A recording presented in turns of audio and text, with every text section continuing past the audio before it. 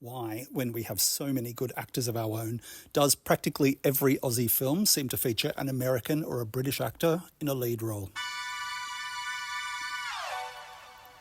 Have you ever watched an Aussie film and thought to yourself, why, when we have Hugo Weaving, Ryan Quanten, Ryan Corr, Sam Worthington, Hugh Jackman, Russell Crowe, all three Hemsworth brothers, Brian Brown, Eric Bana, did the producers of this film need to fly in Dev Patel or Liam Neeson, Jonathan Sheck, Rhys Ifans, Zac Efron?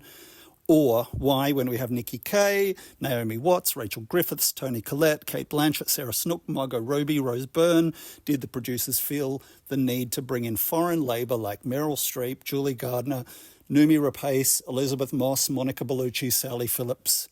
Is it cultural cringe, that inferiority complex where we only feel validated in the presence of an American or someone from the home country?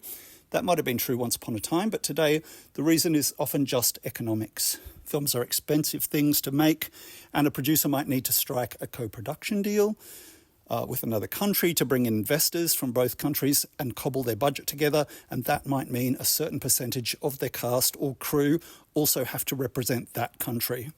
When an Australian film costs upwards of $5 million to make, and yet a cinema release and selling the TV rights in Australia might only make half of that budget back, a producer needs to appeal to as broad an international audience as possible, so they can be sure to secure sales to distributors in as many countries as possible.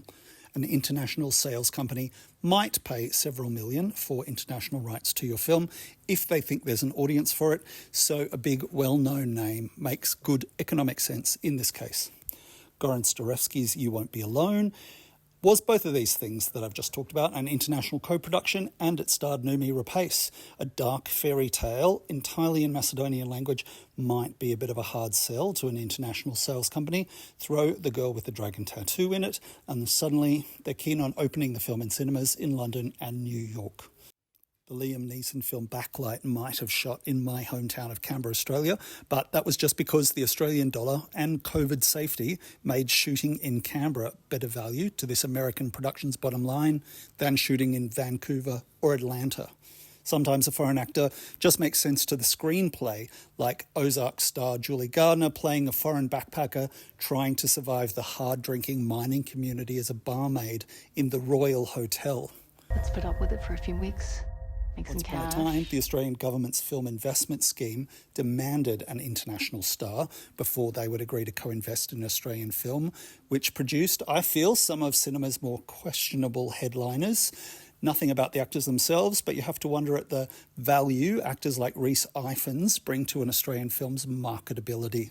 Increasingly, though, cinema is produced in a world with disappearing borders, and if our kids can successfully find employment in the US and the UK, it's only fair that we offer the same opportunities here.